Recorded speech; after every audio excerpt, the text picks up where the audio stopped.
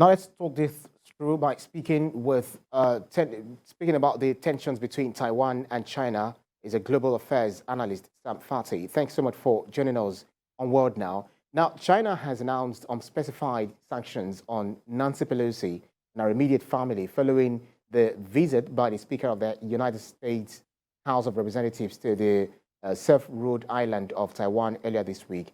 Why do you think China is furious over Pelosi's trip to Taiwan?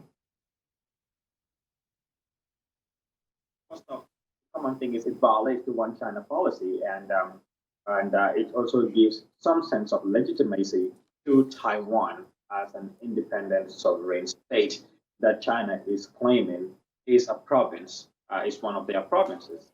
And of course, China, we had Xi Jinping many times in recent years talking about how Taiwan is a province and that it is going to be some way, somehow, by any means, be reunited with China. So Pelosi's visit actually legitimizes and reinforces the idea that Taiwan is independent and will remain so as a country. Despite all the diplomatic hurdles that they're going through, China on the other side is saying, look, there's a policy in place that you violated, that you agreed to. So, but we must understand how even at the United Nations, Taiwan was actually a country representing the whole of China. But of course, the dynamic has shifted. And then obviously, Taiwan and China has been trying to scramble over countries that will recognize them. And China, through its one China policy, was able to take away a lot of the support in the international community that Taiwan has. So the U.S. House Speaker, Nancy Pelosi, going to Taiwan just helps give them moral booster and reinforces their independence and their sovereignty. Now, so during a call with President Joe Biden last week, Xi Jinping warned that the U.S. should not play with fire over Taiwan.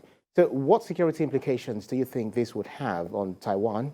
Could China make real its threats? Well, yes, China makes threats.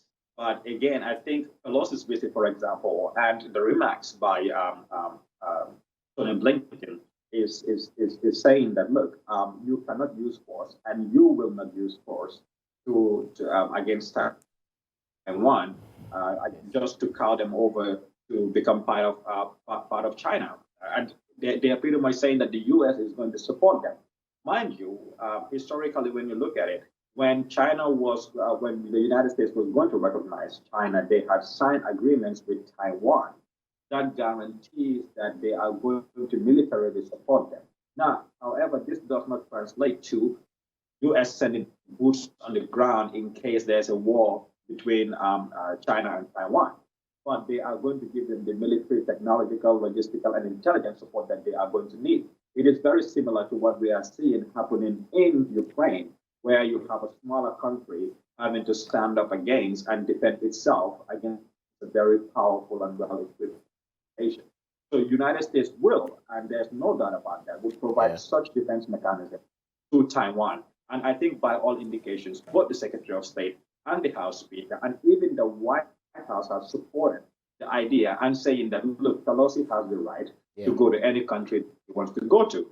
So unlike Taiwan and unlike China and other countries, the U.S. House of Representatives is a very, very powerful organ of government. In fact, it is the most powerful. So the president or any other person in government cannot dictate to Ms. Pelosi where she go and what she has to do in her office.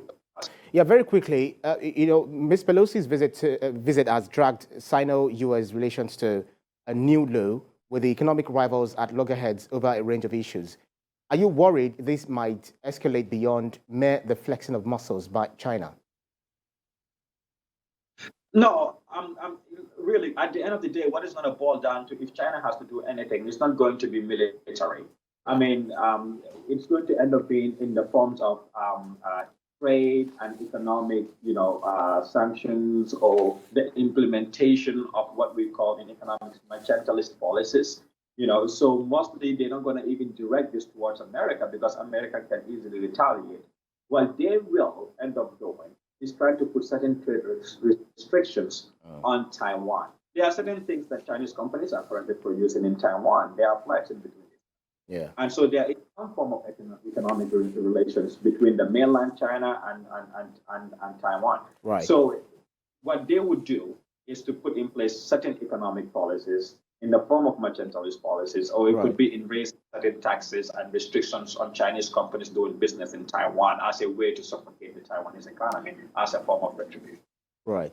Well, thank you very kindly, Global Affairs Analyst Sam Fati. Thank you so much for your insight. My pleasure.